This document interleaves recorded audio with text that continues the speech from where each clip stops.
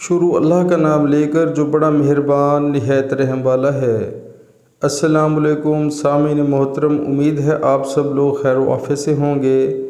تو آج ایک حدیث مبارکہ آپ کو پڑھ کر سنواتا ہوں، آپ کا بھی ایمان تازہ ہوگا اور میرا بھی ایمان تازہ ہوگا۔ حدیث نبوی صلی اللہ علیہ وآلہ وسلم ہے۔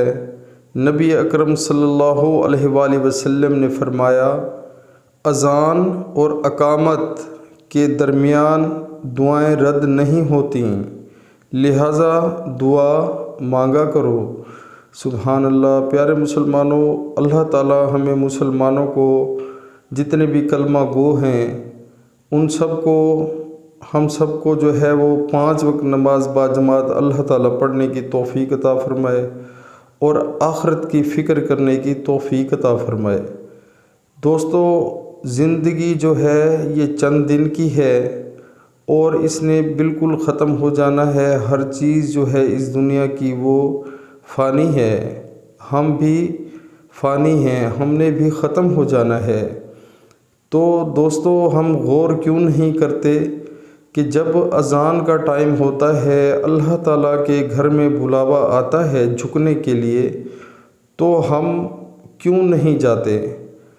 ہم بہت زیادہ دور کیوں ہو چکے ہیں نماز سے، قرآن سے، حضور پاک صلی اللہ علیہ وآلہ وسلم کے فرمان سے اور جتنے بھی اللہ کے احکام ہیں ان سے۔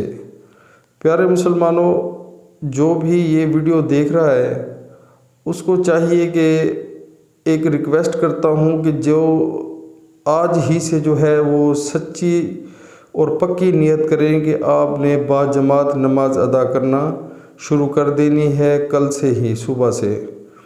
تو پیارے مسلمانوں، یہ زندگی عارضی ہے، ختم ہو جانی ہے، ہمیں آخرت کی فکر کرنی چاہیے۔ انسان جو ہے مٹی کا بنا ہوا ہے اور مٹی میں چلے جانا ہے۔